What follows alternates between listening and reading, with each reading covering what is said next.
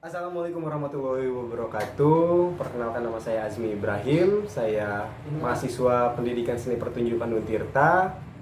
Saya yang mengontrak mata kuliah, kurikulum dan pembelajaran. Kali ini saya sedang bersama Vina Silawati. ya, beliau ini adalah guru dari SDIT Widya Cendikia. Beliau mengajar bahasa Inggris. Video ini saya buat untuk memenuhi persyaratan mengikuti ujian akhir semester mata kuliah kurikulum dan pembelajaran. Yang akan kita bahas kali ini adalah perihal implementasi kurikulum dan pembelajaran pada masa pandemi. Oke, langsung aja ke pertanyaannya. Yang pertama itu sebentar, dipanggilnya anaknya apa ya? Miss atau Ibu? Miss boleh. Miss boleh. Biar Miss kelihatan Vin, lebih muda, boleh. biar lebih akrab lagi. Oke. Jadi Miss Vin, gimana nih rasanya pertama kali mengajar daring? Ya, apakah seneng atau sedih, bosan? Pertama kali mengajar daring ya.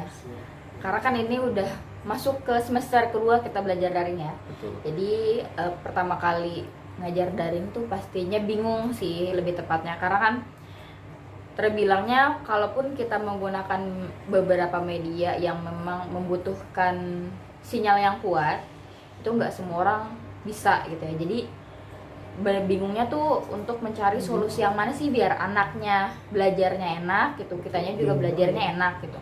Jadi dari guru menjelaskannya tuh bisa membuat anak paham, dan dari anak pun paham dengan apa yang guru jelaskan, dan lebih ke bingung sama mungkin kalau senangnya sih kita bisa ngajar di rumah sih sebenarnya. Jadi bisa sambil mengerjakan aktivitas yang lain gitu kan. Cuman kalau nggak senangnya tuh lebih kebingungnya aja, kira-kira ini yang pas tuh penyampaiannya seperti apa. Tapi kira-kira nih, di dampak positif dari mengajar daring ini dibanding kita tatap muka secara langsung, kira-kira ada? Dampak positif, karena kan kalau berbicara kurikulum ya, di masa pandemi ini kurikulum yang dipakai itu adalah kurikulum yang disederhanakan. Jadi kalau K13 kan lebih, dia tuh kurikulum K13 kan dia lebih memacu anak gitu ya, supaya anak tuh lebih kreatif gitu dalam banyak hal gitu, lebih kreatif lagi kan. Tapi karena ini kurikulum yang disederhanakan, jadi anak tidak dituntut lebih untuk memenuhi syarat-syarat tersebut. Jadi dari nilai segala macam, anak-anak tuh tidak dituntut untuk kamu tuh harus nilainya dengan sempurna gitu, nggak dituntut seperti itu. Selagi ada kemauan bagi anak untuk belajar dan untuk mau gitu mengikuti step-stepnya, tahap-tahapannya gitu ya, itu si anak sudah bisa diapresiasi lebih gitu oleh para guru ataupun oleh yang lainnya gitu ya. Termasuk support dari orang tuanya juga harus kuat juga kan. Positifnya adalah anak bisa, pertama mungkin dia bisa sambil istirahat gitu ya, sambil nunggu jeda mungkin bisa istirahat di rumah segala macam gitu kan. Dan juga dia bisa punya banyak waktu yang memang lebih gitu untuk keluarganya. Dan selanjutnya dia tidak terlalu dibebankan oleh tugas yang menumpuk, karena tadi itu kurikulum yang sekarang adalah kurikulum yang disederhanakan, yang memang tidak terpacu pada nilai yang harus sempurna gitu, seperti itu.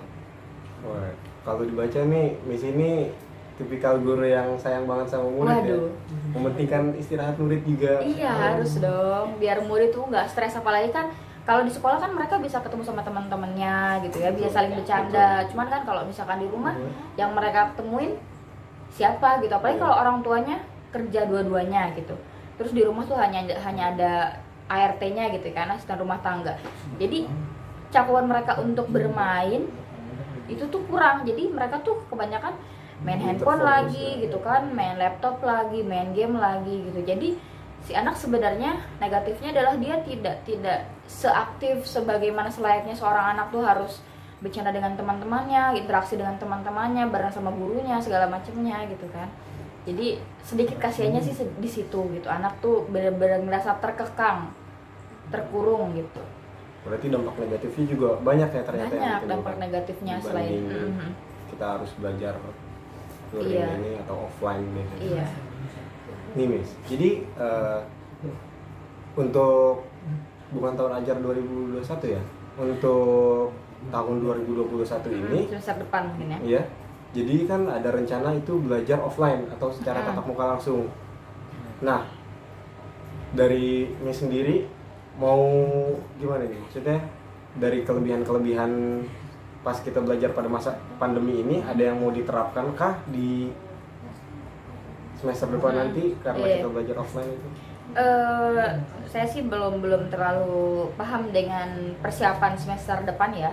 Tapi yang saya tahu gitu ya, bahwa semester depan pun masih ada kemungkinan untuk online karena diperpanjangnya PSBB yang diberlakukan oleh Gubernur Banten sendiri ya. Jadi semester depan masih ada kemungkinan buat online, tapi ada kemungkinan buat offline. Mungkin guru-guru bisa mengajar dengan offline karena kan tetap jaga jarak dengan masuk, mungkin hari ini WFO, besoknya WFH gitu ya, terus seperti itu. Dan rencananya pun ketika offline pun tidak sekaligus anak dari kelas 1 sampai kelas 6 itu masuk. Jadi sepahamnya saya gitu ya, walaupun offline diberlakukan, yang dipentingkan itu adalah kelas 1 dan juga kelas 6. Jadi karena memang cakupannya kelas 1 memang mereka harus benar-benar butuh offline gitu ya, dibandingkan kelas-kelas yang lain karena itu masih perkenalan, mereka tuh bisa baca atau selancar baca segala macamnya gitu ya. Dan kelas 6 kan untuk mempersiapkan diri mereka untuk menuju ke SMP gitu. Jadi bener-bener butuh banget nih bimbingan guru. Berarti kelas 1 sama kelas 6 itu harus diutamakan. Dan walaupun offline pun tidak satu kelas langsung hadir gitu. Jam diberlakukan dari jam 8 sampai jam 10. Berarti kan jamnya lebih sedikit dan lebih padat gitu kan. Dan juga itu pun tidak semuanya mungkin masuk, mungkin setengah hari ini, setengah lagi siang, ada jam shift-shiftan seperti itu kan baru kemungkinan. Ketika offline pun kemungkinannya bisa shift-shiftan. Jadi misalkan shift paginya dari jam 1 sampai jam 10 itu 10 orang gitu, terus dari jam 10 sampai jam 2 misalkan 10 orang, seperti itu. Jadi tidak semuanya disekaligusin seperti sekolah-sekolah pada umumnya yang kayak kemarin-kemarin kita kan, dari jam 8 anak belajar sampai jam 12 gitu, anak belajar terus menerus dengan jumlah siswa misalkan 20 orang satu kelas gitu ya, kelas 1, kelas 2 sampai kelas 6 gitu masuk terus. Itu nggak seperti itu, karena benar-benar masuk offline pun harus pelan-pelan, jadi nggak bisa sekaligus. Karena kan kalaupun offline kita harus tahu dulu, harus survei dulu kira-kira dampak dari offline ini ke penyebaran virusnya sendiri seperti apa. Dan pertanyaan terakhir nih, sekaligus mungkin dikasih kesimpulan juga. Ada saran nggak untuk pemerintah atau ada keluhan dari sistem belajar daring seperti ini gitu di masa pandemi? Mungkin ada keresahan sebagai guru pengen ngajar secara langsung untuk praktik gitu ya. Cuman ya dengan dengan protokol kesehatan yang diterapkan gitu, atau gimana? Mungkin ada saran atau keluhan?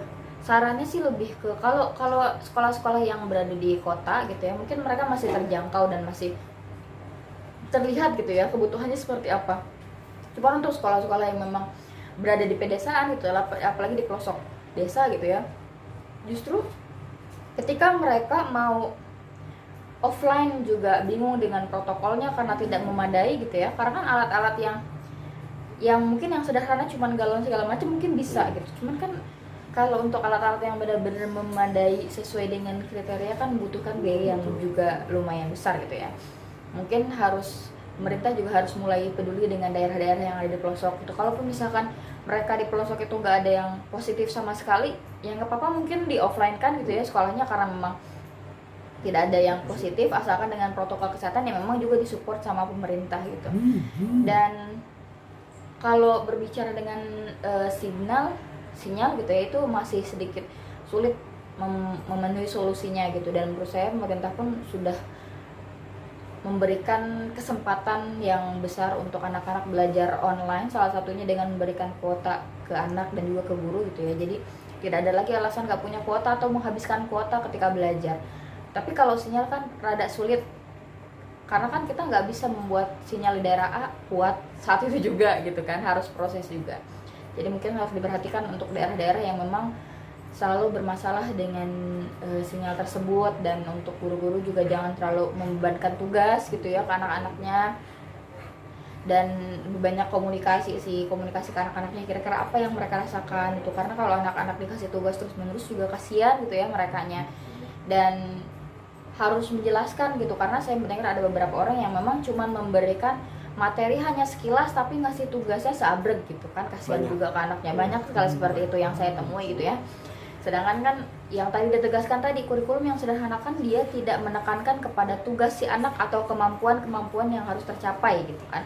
Misalkan kalau offline kamu harus mencapai ABC gitu, kalau online pencapaiannya tidak terlalu sempurna pun tidak apa-apa gitu, yang penting anaknya mau gitu, dan harus diapresiasi akan hal itu.